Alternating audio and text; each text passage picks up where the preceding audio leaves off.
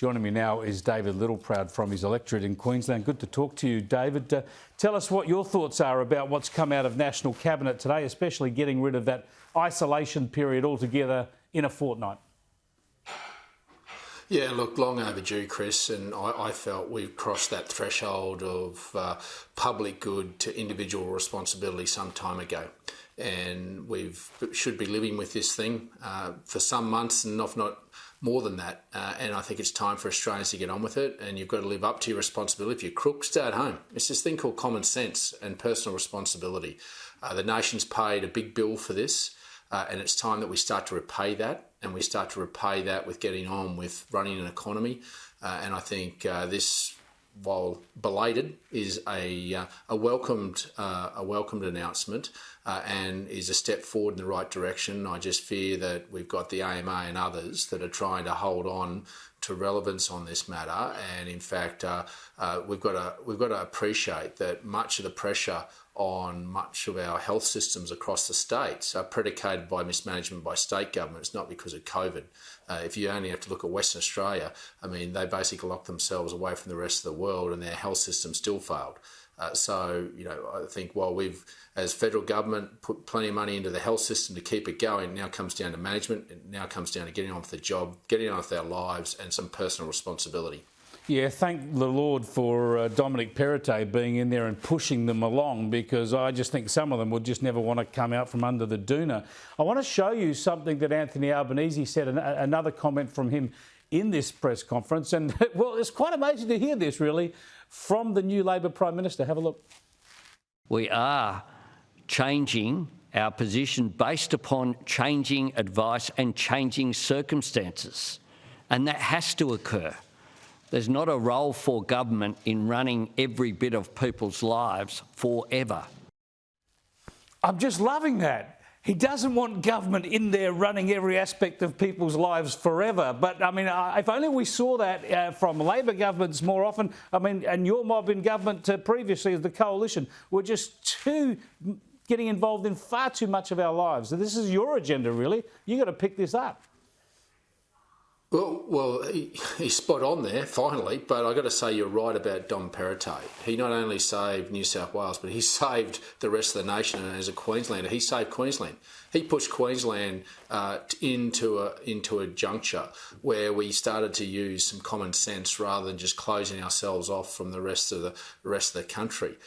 So Dom Perrottet should take a bow. He is the one that has led with courage and conviction through COVID-19 and this thing called common sense. And this is what every government should do now, is what the Prime Minister is belatedly saying is get the hell out of people's lives.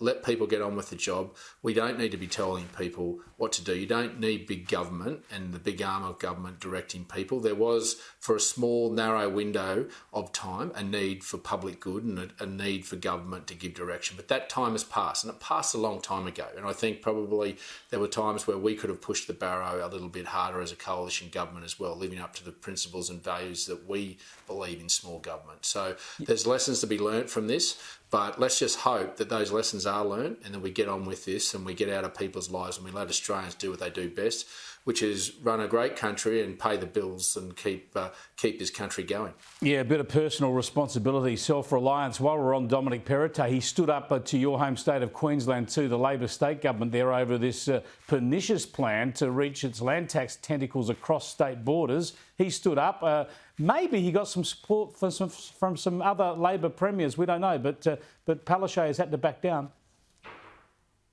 Oh, this was pure insanity. The reality is that Palaszczuk is not just embarrassed herself; she's embarrassed our state. And I don't think she can last. I think she's now damaged goods, and I think the Labor Party here in Queensland will get rid of her in the next 12 months. She's become the laughingstock, not just on this, but just trying to get in a mere $20 million worth of tax revenue.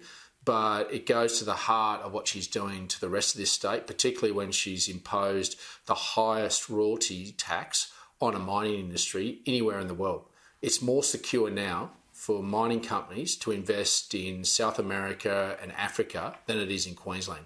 And let me tell you, when they leave, they'll leave with their jobs. And that means Queenslanders won't have jobs, but that means Australians won't have the receipts that come in to pay for our hospitals, that pay for our teachers and our doctors and our roads. And this government has just lost control here in Queensland, and I think they'll need a reset, and they know that, and I think Palaszczuk knows that, and if she lasts more than 12 months, then I think everyone will be surprised here in Queensland. She's damaged goods, she's embarrassed herself, but sadly she's embarrassed Queensland, not only through the mining tax, but through this little escapade on land tax. Well, look, there's some really worrying stuff coming down the highway for Australia and for Queensland when it comes to energy. We're going to cross to the Latrobe Valley later, where, of course, the Loy Yang A power station will shut down a decade early. AGL are going to be out of coal by 2035. Annastacia Palaszczuk says she'll get to 80% renewables by around about that time. She's talking about putting in pumped hydro. I mean, we know this stuff. It's easy to talk about a dam, but no one ever gets one built. I mean, are we headed for a real? Well, we're already in an energy crisis, but how much bad will it get in the next 5 to 10 years? Well, this is reckless, and I've got to say, I've got 3 state-owned coal-fired power stations in my electorate who, those people who work there, thousands of people that work there, found out yesterday in about 10 years' time they don't have a job. And the reality is while they're talking about very significant capital investments, $62 billion, you've got to remember someone's going to pay for that, and that's you, the Australian taxpayer. You're going to pay for that. And while they say that renewables are cheaper, that upfront cost is very significant. But what's also concerning is that they're not focused on the firming piece of this. Now, I get renewables are coming in some form or another, but they can only do so much, and they can't do it all. And there's a lack of attention to the firming piece of this. Yep. And the firming needs to come through gas. And I congratulate Madeleine King for being able to at least pick up the phone and show some maturity to the gas company, something Chris Bowen could never do because he demonised our gas companies for a decade. Now is the time to make sure that we increase supply. We carry on with what the coalition was doing in making sure that we can increase domestic supply across the eastern seaboard with infrastructure to get it from the Beetaloo Basin through Wallumbilla right down to the east coast with gas, and carbon capture storage will be significant in that. So too will carbon capture storage for coal-fired power stations if we choose to. But the big sleeper in this is small-scale modular nuclear energy, and it would be remiss of any government not to look at that firming piece and look at what's happening in Northern America, to peek over the Pacific. Don't have to spend a cent. We're going to spend billions on hydrogen. In fact, tens of billions on these renewable projects that will then require new transmission lines, whereas small-scale modular you can pump into the system without having to spend a cent on that's the transmission big saving, Isn't and the last 50 or 60 years Isn't that just common sense? It is indeed. But exactly, that's just common sense, Chris. We've got to keep pushing on that one for sure. Thanks for joining us, David. Have a good weekend.